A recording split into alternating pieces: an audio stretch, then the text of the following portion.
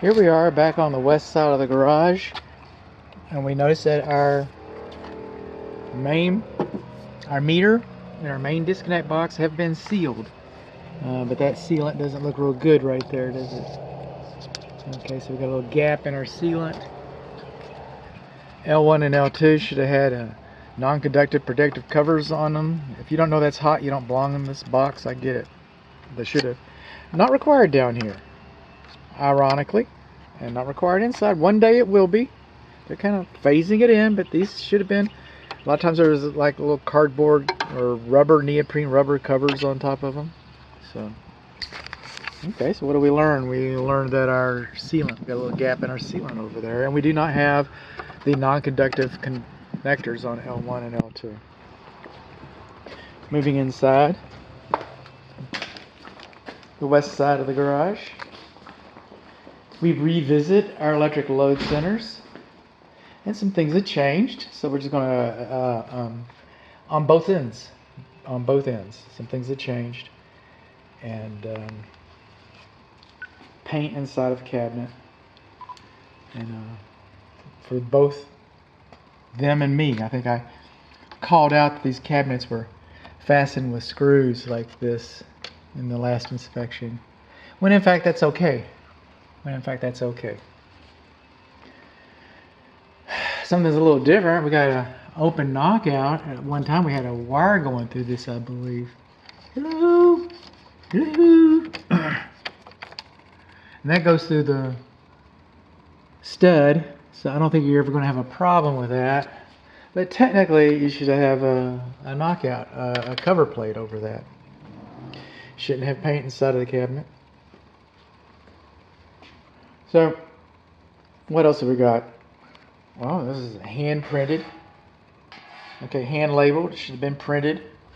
I'm going to share the other video, because the other video, there's nothing really technically wrong with it. The screws might need to be discounted, but this report's going to have the final inspection along with the 1-year inspection. It's going to have these, at least these videos in it. You shouldn't have a gap more than 1/8 of an inch. And I already preached about that. And coming on along, we got AFCI's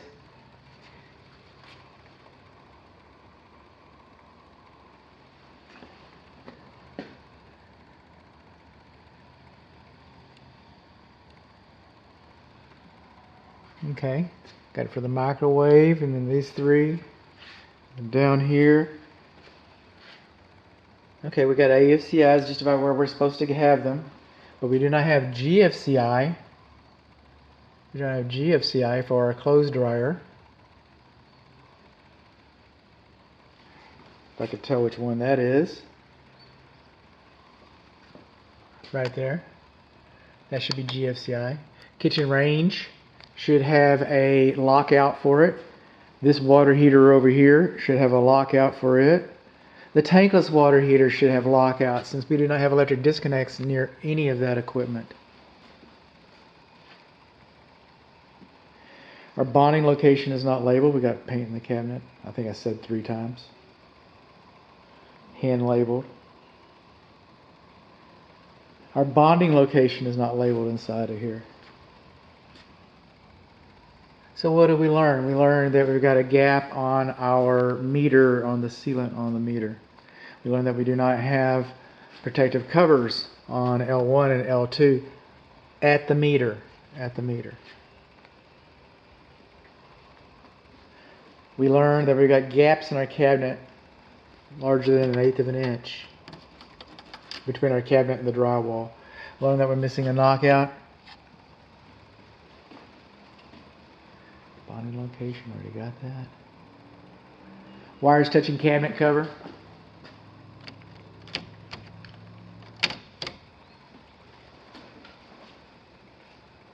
Hand labeled.